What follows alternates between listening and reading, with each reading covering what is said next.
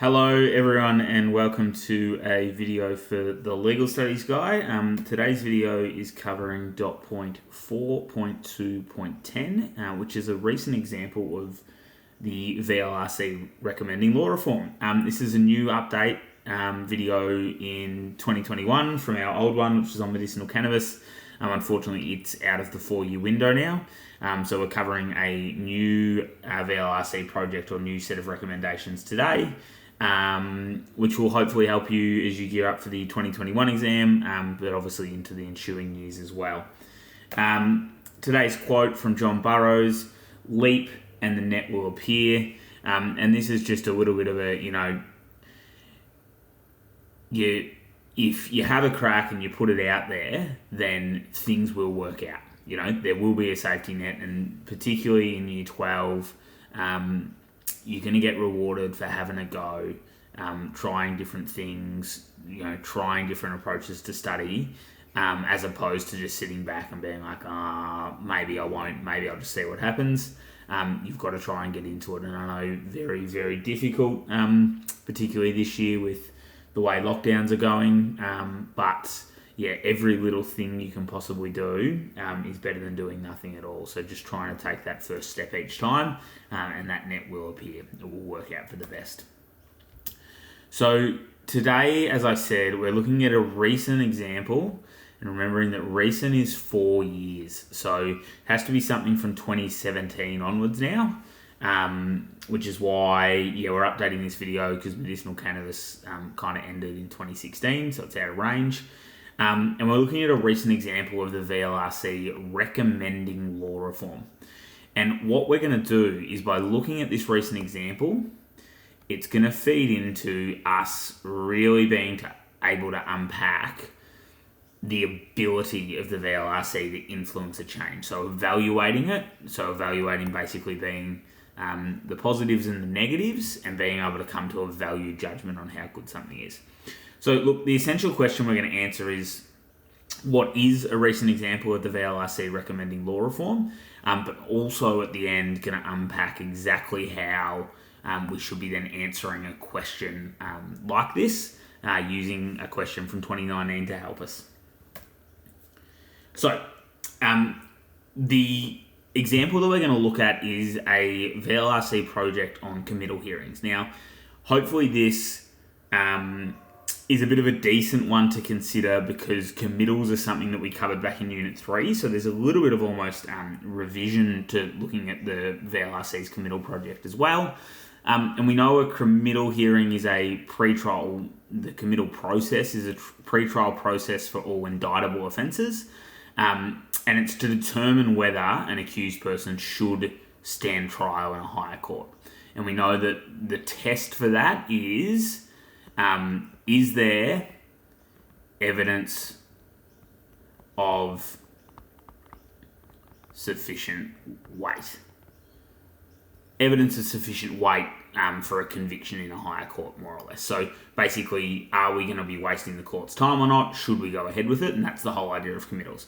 But lots of issues that come with committals. A lot of the issues that people raise are the idea that often witnesses are cross-examined and sort of, I suppose, tested at committals before that they're then questioned again at a trial.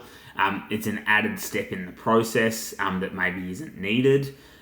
We'll talk a little bit more about some of the recommendations later on, but I think the figure's somewhere around only 1 or 2% of committals lead to a magistrate finding that there wasn't evidence of sufficient weight. So basically, 98% of cases proceed through committals and onto a higher court. But if you end up then going to trial in higher court, the acquittal rate, so being found not guilty, is closer to 30% for those contested matters. So seemingly there's a lot of cases that are still going through that maybe weren't super strong or could have been considered not to have evidence of sufficient weight. So sort of like, is the committal system actually working the way it should? Are victims getting a bit of a rough deal, having to maybe be cross-examined twice?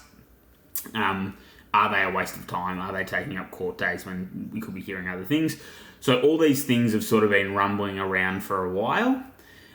So in October 2018, the Attorney General made a referral to the Victorian Law Reform Commission, and they said, we want you to review and report on Victoria's committal system.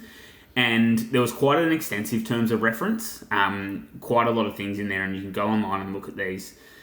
And, lots of things around, hey, when you're looking at the committal system, we want you to consider fair trial rights. We want you to consider, how we can limit, I suppose, trauma or issues for victims.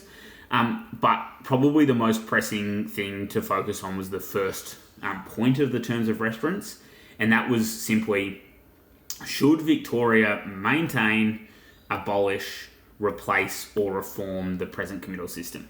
So if we're talking about terms of reference, sometimes the terms of reference given to the VLRC can be really limiting, which means the VLRC can't actually propose really wide-ranging reform. A great example of this is medicinal cannabis, and the terms of reference for medicinal cannabis were very much, how do we provide medicinal cannabis in exceptional circumstances? So it doesn't allow the VLRC to then be like, well, should we look at legalising cannabis as a whole? Should we worry about, use of cannabis that's not medicinal? The VLRC couldn't do that because the terms of reference for that referral were very tight and very limited. As opposed to these terms of reference, which are really broad. It's basically like, hey, committals, just go for your life. Basically, look at the whole issue in its entirety, do a really comprehensive review, and then basically tell us, is it going well? Should we maintain it? Should we just completely get rid of it? How can we replace it? How can we reform it? So on and so forth. So this all happened in October 2018. As we know, the VLRC will then investigate a little bit themselves and put together a bit of an issues paper. So this was published in June 2019, so we're talking 8 months later. And the issues paper, as a VLRC issues paper does, it described and went through how the current committal system works, and also looked at how systems have been reformed, replaced, changed in other jurisdictions to start putting together a bit of a framework for what people could be considering when they make public submissions. Ultimately, the issues paper identified 21 main questions that needed to be considered about committals, and began considering reform options, like I said, by looking at other jurisdictions. So it's basically the issues paper puts all this out into the public domain and enables people and groups to make submissions based on what the VLRC is asking and what they've already uncovered in their issues paper. Again, looking at how comprehensive this review was, this project, the issues paper into medicinal cannabis had 2 questions. Basically, what are exceptional circumstances, and how can we legislate for use whilst keeping other marijuana use illegal? So how can we make that sort of, legal in some cases and illegal in others? So 2 questions. This one had 21, so super broad. So after the issues paper, they put it out for public submission. And we know that public submissions and public participation is a big part of how the VLRC operates, and it's a big reason why a lot of their recommendations are implemented, because we kind of know that experts and then the public are on board, which means government and subsequently Parliament are more likely to enact these changes. The VLRC received 27 submissions. Again, you can go onto the project on the VLRC website and you can read all of these submissions. Notable submissions came from the Magistrates Court of Victoria, so they made a submission. The County Court of Victoria made a submission. The Supreme Court, Children's Court did as well. The Director of Public Prosecutions did. VicPol and Victoria Legal Aid, the Victorian Aboriginal Legal Service made a submission. Also a bunch of private individuals, mostly lawyers or people who worked in the legal field. And the scope of these public submissions is really wide-ranging. Like some of the ones from private individuals answered all 21 questions that we'll put forward in the issues paper. And we'll come back to this in a second. But this is also another public submission that was literally just one email.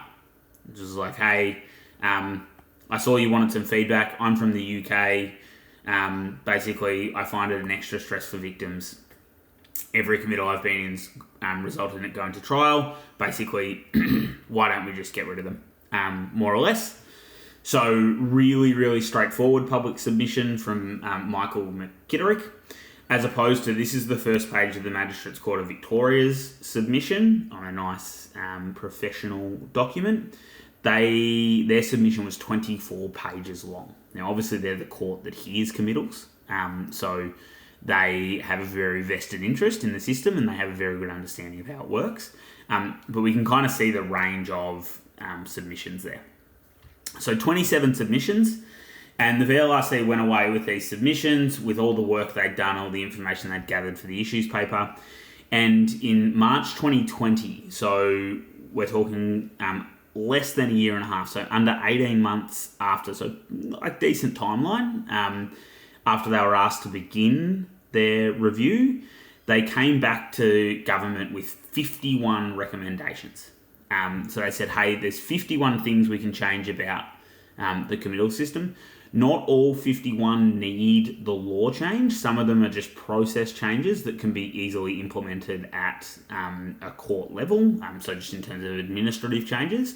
But a bunch of these did need legislative change. And the biggest one, absolutely the biggest one, is that they called for the test for committals to be abolished. So this whole idea of evidence of sufficient weight, they said recommendation number 3 out of their 51, so right near the top, one of the first recommendations they made was get rid of evidence of sufficient weight. It's useless, it's not doing what it's meant to do. As I said those stats earlier, only 1 to 2% of cases are discharged at a committal hearing or committal proceedings, but 30% of contested ones at the county court lead to acquittals. So clearly the test isn't working, and as a result, we may as well just get rid of it. And they basically said what we want to do instead is get rid of committal hearings, get rid of committal mention hearings, and replace them with this thing called an issues hearing.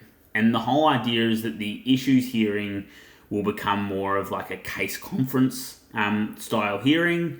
It will basically, as a result, hopefully streamline things, and subsequently after that, the magistrate can make an order that the accused stand trial in a higher court, or the magistrate can make an order that they appear in a higher court for plea and sanction.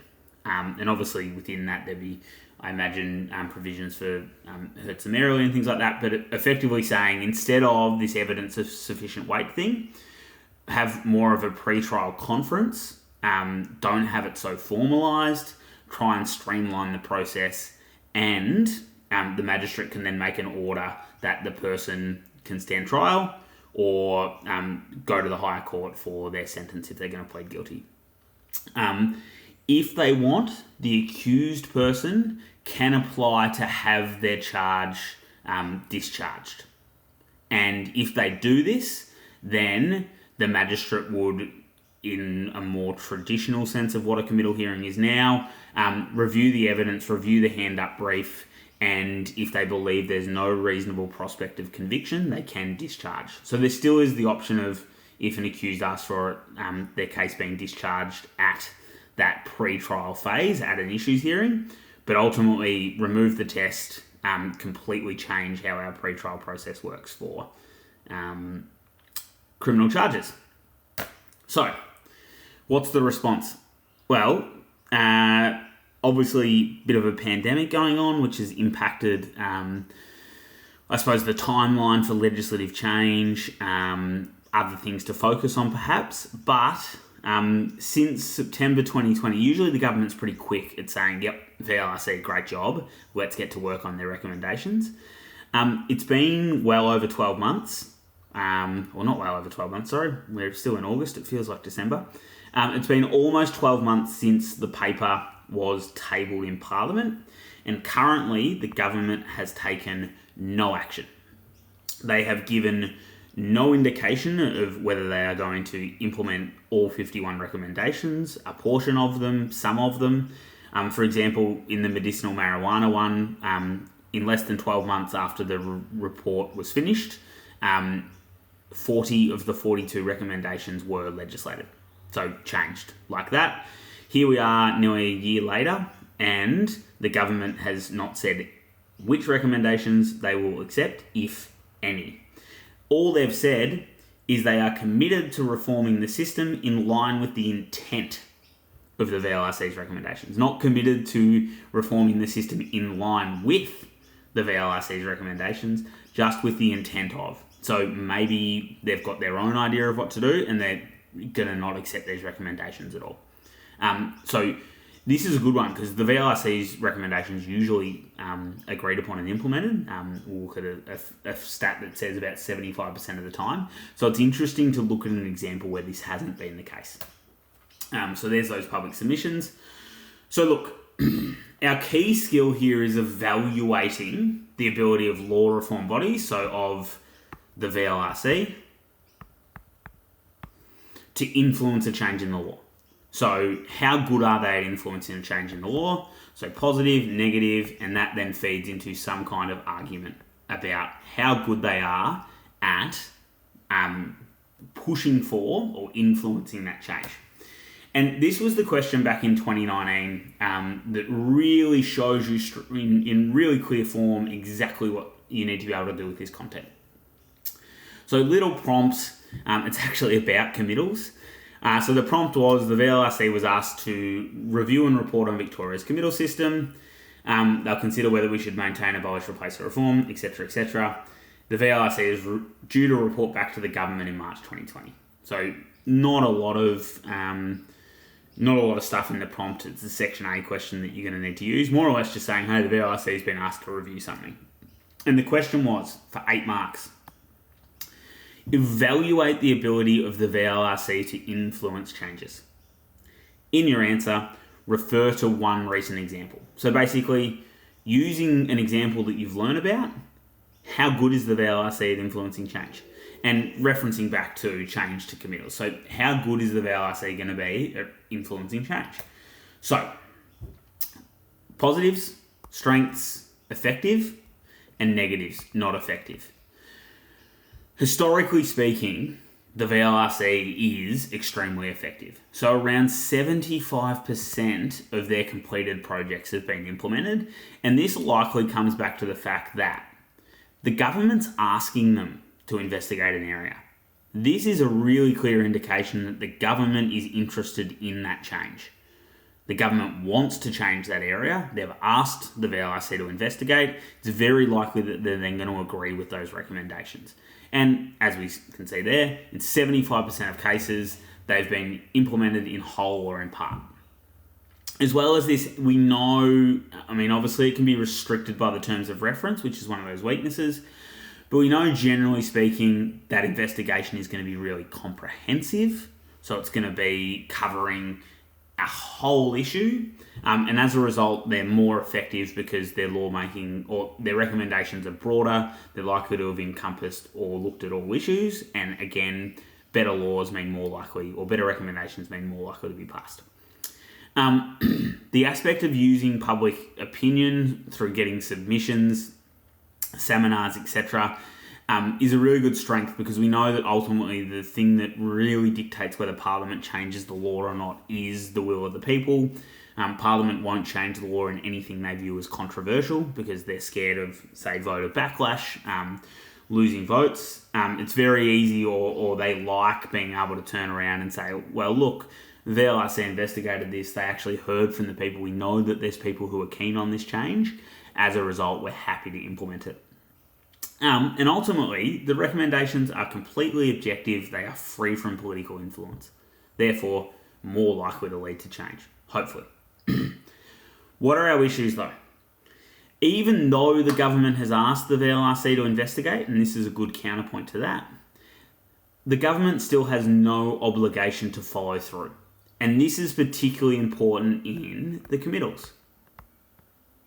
So even though you would think that by asking for the VLRC to review the committal, process and committal proceedings in the Magistrates Court, they don't actually have to. implement the recommendations. And here we are over a year later, and we don't have any indication of whether they will or not. And that's a real weakness. They can't actually make the change. They can only recommend it. So ultimately, they don't have full control over whether there's going to be a change or not. They also have to wait for a referral. Obviously they can look at minor issues without a referral, but certainly something like committals, major issue, they're never going to be able to look at that without getting a referral. So they're really hamstrung in that they have to wait for the referral. The investigations can be time-consuming and costly. This investigation from instigation, I suppose, by that referral from the AG through to completion was a touch, or through to tabling in Parliament was a touch under 2 years. So it can limit the likelihood that they get the opportunity to influence reform as well. They might not be asked, and as I said earlier, they can be restricted by their terms of reference. You can review this table really easily and go through it in your own time. What I want to, again, focus on, like always, is how do we put this skill into action? So if we consider this question, evaluate the ability of the VLRC to influence change, let's look at how we might structure up or write an answer. And this is the key thing out of the examination report from 2 years ago. So exam report. Many students didn't achieve full marks because they focused on the example rather than the evaluation. So as soon as you're on a 10-mark or an 8-mark question or that longer response, the focus is always going to be on higher order thinking skills, discussion, two sides, some kind of perhaps evaluation, development of argument, not on just regurgitating content. So not just listing all the things you know about a recent VLRC review. You need to focus on the evaluation. You need to have a conclusion because you're bringing a value judgment into it. And the example needs to be part of your evaluation. I'm going to show you how you can do that. So better responses use the recent example to support a point they made, and stronger responses continue to refer to the example as part of their evaluation. So how you could use committals with some of these points. You might be able to say, the VLRC is effective at influencing change. One strength of this is their ability to comprehensively review an area. They can develop recommendations that are in line with public and expert opinion. And through seeking this, the recommendations are likely to be comprehensive and popular, improving their likelihood of implementation. So they're good at influencing law reform. And let's link this strength to the example we know. This was seen in the VLRC's review into Victoria's committal system, with the 51 recommendations made coming after they had accepted submissions from the courts, DPP and affected individuals, meaning the called for changes considered multiple viewpoints. So just bringing in a little bit of content knowledge, not much, but using it to support the strength. The strength is that the VLRC is comprehensive, and you've actually got evidence of this from your example because of the fact that the VLRC accepted submissions from 27 people, and they included the courts, they included the Director of Public Prosecutions. So we know that the law reform is well considered and comprehensive. But we can also link a weakness here. However, the VLRC is limited in their ability to influence law reform as there is no obligation to implement the changes. The government maintains ultimate responsibility for deciding on policy and seeking to pass this through Parliament. It's not the VLRC's role. So they're limited in their influence because they don't actually have the ultimate say on whether the law is passed or not. And again, we can link this, or we can use our example to support this. This can be seen in the government's response to the VLRC's report on committals, where over a year after its publication, so published in March last year, a bit under a year since it was tabled in Parliament, but over a year after its publication, the government have not indicated whether they will implement any of the 51 recommendations. So using the example to support the strength or the weakness, which allows you ultimately to come to a conclusion at the end. And maybe he could say, the VLRC, hey, really good, some of the things they can do, but ultimately they're not good at influencing change because they don't have the final say, and committals is a great example of that. This link will be posted below. It is a link to the full report, 184 pages. Have fun. It lists the recommendations separately at the start if you wanted to go and have a look and pull a few things out. But again, you don't actually need to know the example in full detail. Like, you don't need to list recommendations. You don't need to know exactly how many. You just need to be able to provide enough understanding to support your analysis and support your evaluation. So just enough to say, hey, none of the recommendations have been enacted on, which shows that the VLRC is limited in its ability to influence law reform, perhaps. But also, the submissions came from courts, which means they do get expert opinion, which means their recommendations are maybe more likely to be ultimately considered and passed in the future. So have a look at that, 184 pages. You can read as you wish. Ultimately, this is a little bit longer than when we had this video on medicinal cannabis, but committals are a little meatier, and hopefully, again, a little bit of review. It's also a recommended reform for use in the criminal justice system, so 3.1.14, which, you might be able to use in your exam as well. Hopefully, after this, you do know a recent example, so you know that we've investigated committals in a bit of detail about it, and you can use that knowledge to support your evaluation of the VLRC. As always, feedback, comments below. Good luck as we head towards the exam, and as you head towards either learning about parliamentary committees or royal commissions.